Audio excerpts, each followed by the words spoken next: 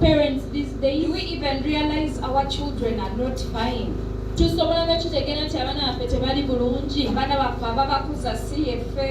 Sometimes people who raise our kids are not us. We dropped them at their granny's place. Maybe we leave them home for the housekeepers. Boarding schools. We drop them in boarding schools. So when are you going to know that your child has departed from you? Atenga, our role as parents. Omuzadde omulimu gwe ogusooka ku mwana we kumukuuma, kumulabirira, kumuyigiriza. Your primary role as a parent is to look after your child, teach them and protect them. But we find a cheaper way of doing it by paying others. Naye ffe tunoonyayo engeri ey'alayisimuka ey'okukikola nga tukisuulira abalala. Ojja kusasula omukozi. You pay housekeeper. You pay the school.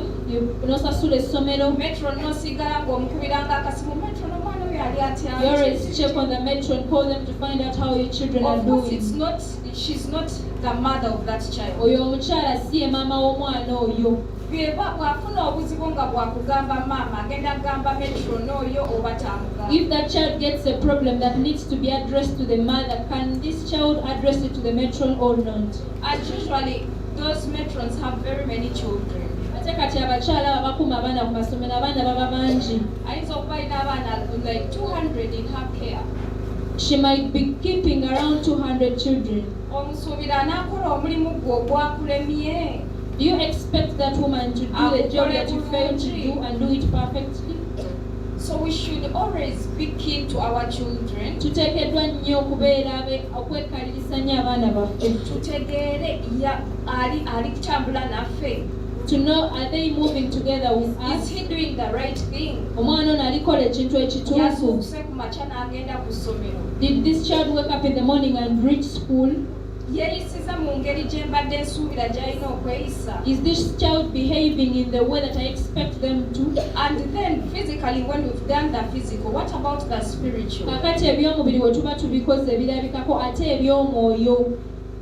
Here Jesus, they show us that on the 8th day, Mary and Joseph, mu Bayibuli batulaga nti ku lunaku olw'omunaana Mariamu ne Yosefu dedicated Jesus into the house of the Lord. Yesu bamuwongayo mu nnyumba ya Mukama.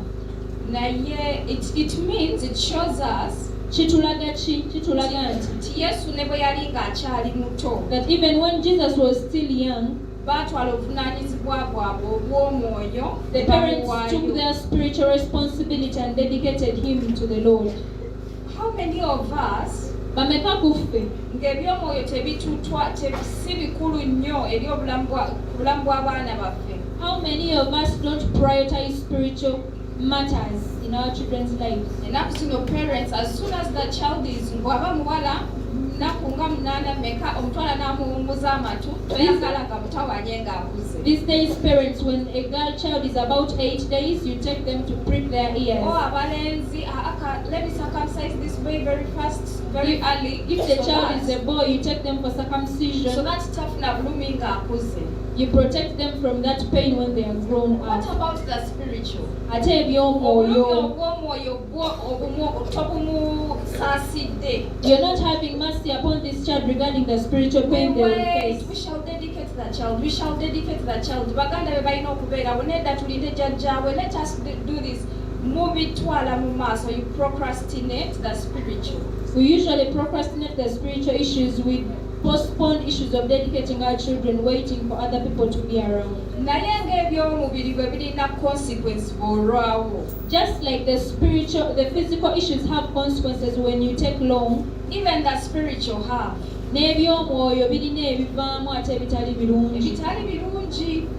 So abaana baffe tulina okubasaasira n'ebyomwoyo tubikoleko nga bukyali. Therefore we should have mercy upon our kids regarding the spiritual matters as early as possible.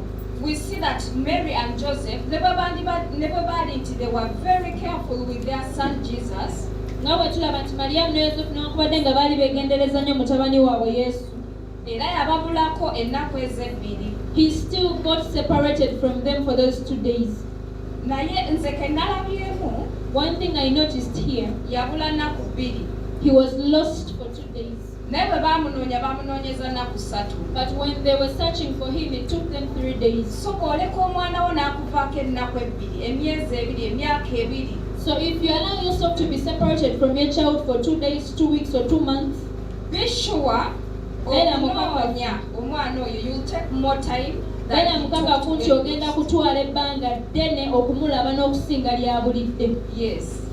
Omwana bw'aba ayingidde enjaka nzibu nnyo ddala. If a child starts doing drugs, n'atandika okunywako, if they start doing marijuana, n'atandika n'okumanya gye bamugula, they even get to know where marijuana is sold. n'atandika okumunywera ekiseera lw'ayagadde, If they start taking that marijuana whenever they wish, n'atandika n'okuba nga tasobola kubeerawo nga taginywedde, then they reach a point where they can't survive, they are dependent on that marijuana. n'atandika n'okukola ebibi ku lw'enjaga eyo gy'anywa. And they start acting abnormally due to the marijuana they are taking. Awo then n'ozuukuka, Then you wake up, togamba na omwana wange anywa enjaga. then you realize, oh, my child is doing drugs. And then you want to talk for 2 days, Kakati oyagala mbu oyogere naye mu nnaku oyogere 2, emyezi 2, maybe 2 months, omwana we asobola okudda. so that your child gets back to you. Be sure to take, bw'aba yamala emyaka 7 ng'ayidde enjaga eyo, yagiyigira bwa myaka okuva mu S1 kati ali mu S6, ogenda kumala emyaka egisukka mu 6 okumuzza. Be sure that the time this child took to learn these drugs, it's going to double the time for this child to get back to you. For example, when we are working in Butabika Hospital, Bwe twali tukola e Butabika mu ddwaliro, like we rehabilitate those who are on drugs. twali tubudaabuda abantu abaali bakozesaako ebiragalalagala. Naye ne bw'abeera nga yakula n'atera n'afuuka dokita naye n'atandika okunywa enjaga n'atandika okunywa omwenge, addayo mu kubeera almost nothing. However much this person started drugs when they are old enough or when they are doctors or someone else, and they go back to nothing, Almost nothing. almost nothing.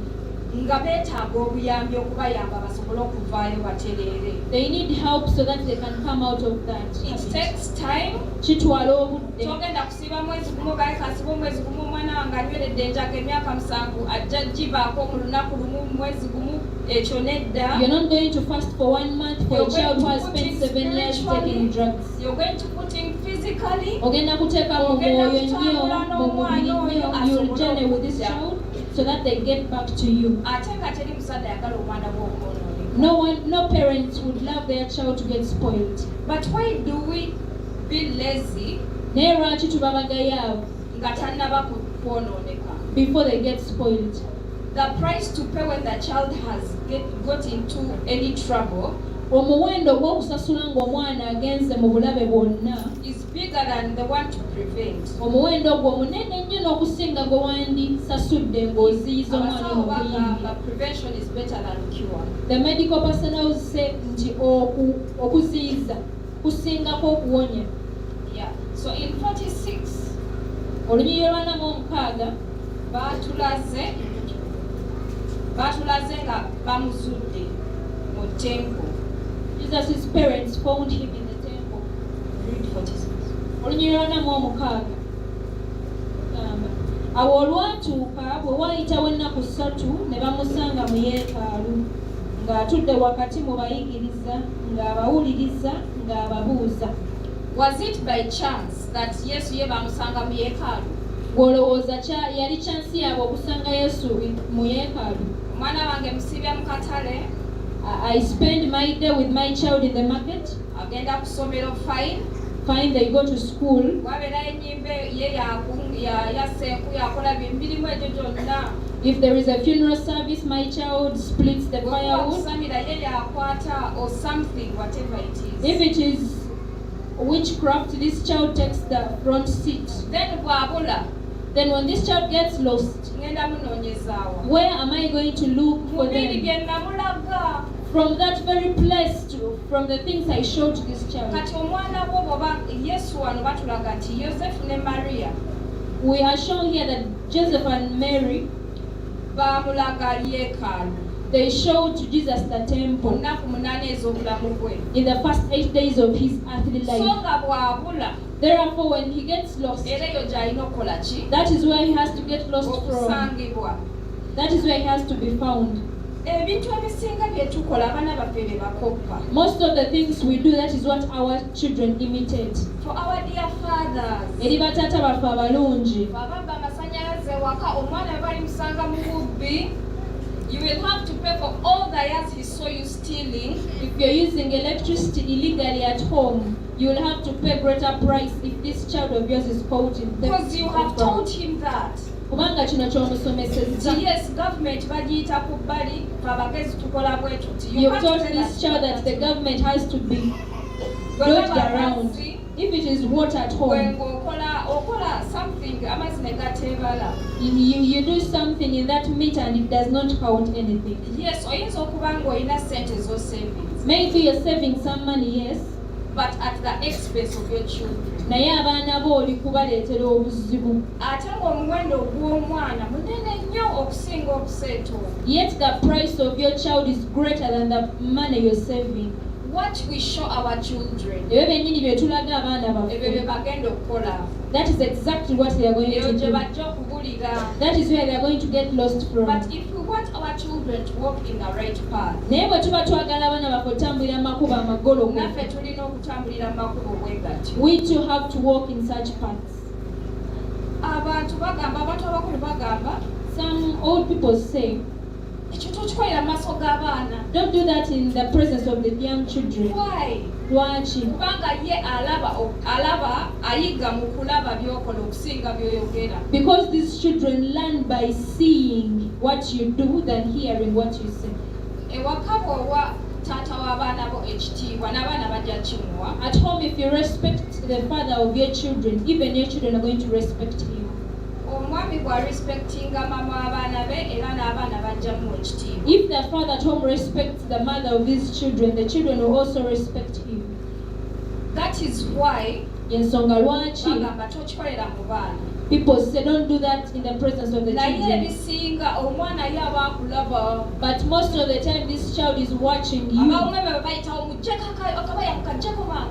As the women people are passing by, you tell them, pull out that wire. Yes, we are teaching them without knowing to be thieves. Tuli kubasomesa okuba ababbi nga tetugenderedde. There is an example of a man who was put on a suicide row. Waliwo ekyokulabirako eky'omusajja gwe baali bagenda oteeka kalabba.